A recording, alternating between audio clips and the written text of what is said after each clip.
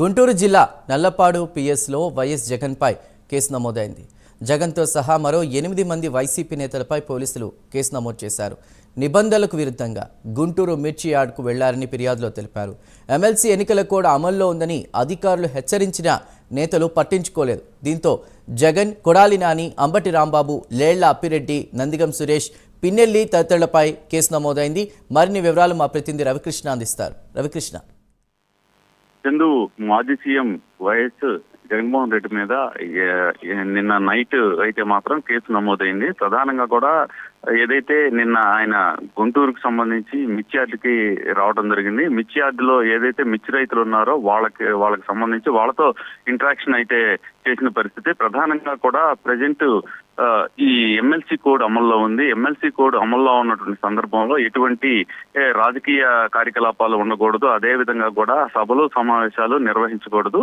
కానీ ఆ రూల్స్ అన్నింటిని వాలేట్ చేస్తూ నిన్న జగన్మోహన్ రెడ్డి ఇక్కడికి మిర్చి యార్డుకి వచ్చారు. మిర్చి యార్డుకి వచ్చి అక్కడ ఉన్నటువంటి రైతులని కలవటం, అక్కడ ప్రెస్ మీట్ లో కూడా ప్రెస్ తో కూడా మాట్లాడినటువంటి పరిస్థితి, ఇవన్నీ కూడా ఎమ్మెల్సీ కోడ్ అమల్లో ఉన్నటువంటి సందర్భంలో నిబంధనలకు విరుద్ధంగా ఉన్నటువంటి నేపథ్యంలో ఏదైతే పశ్చిమ నియోజకవర్గానికి సంబంధించినటువంటి ఈ ఫ్లయింగ్ స్క్వాడ్ కి సంబంధించిన అధికారి ఇచ్చినటువంటి ఫిర్యాదు ఏదైతే ఉందో ఆ ఫిర్యాదు ఆధారంగా, అలాగే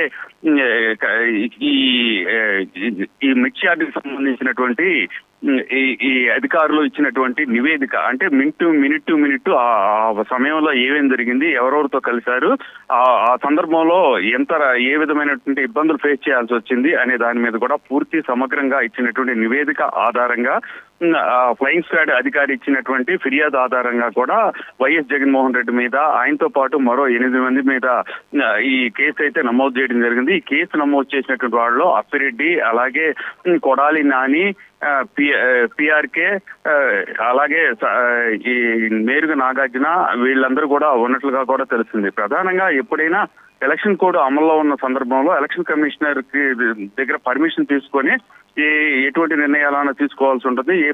ఏదైనా పర్యటించాలన్నా లేకపోతే ఎవరితోన్నా సమావేశాలు, సభలు నిర్వహించాలన్నా ఎలక్షన్ కమిషనర్ తో మాట్లాడి, లేదా జిల్లాకి సంబంధించినటువంటి ఎలక్షన్ అధికారి అంటే కలెక్టర్, వీళ్ళకి యాక్చువల్ గా కూడా ఈ పర్మిషన్ అడగాల్సిన పరిస్థితి ఉంటుంది. కానీ అదేమీ లేకుండా కూడా ఒక్కసారిగా కూడా రావటం, అలాగే ఇక్కడ సంబంధించి వచ్చినటువంటి సందర్భంలో తల ఎత్తినటువంటి ఇబ్బందులు, మిర్చి యార్డులో జరిగినటువంటి ఇబ్బందులు, రైతులతో ఇంటరాక్షన్, తర్వాత రాజకీయ ప్రసంగాలు, వీటన్నిటిని దృష్టిలో పెట్టుకొని నిన్నైతే మాత్రం మాజీ సీఎం అయినటువంటి జగన్మోహన్ రెడ్డి మీద, అలాగే మరో 8 మీద మాత్రం నల్లపాడు పోలీస్ స్టేషన్ లో కేసు నమోదైతే చేయడం జరిగింది.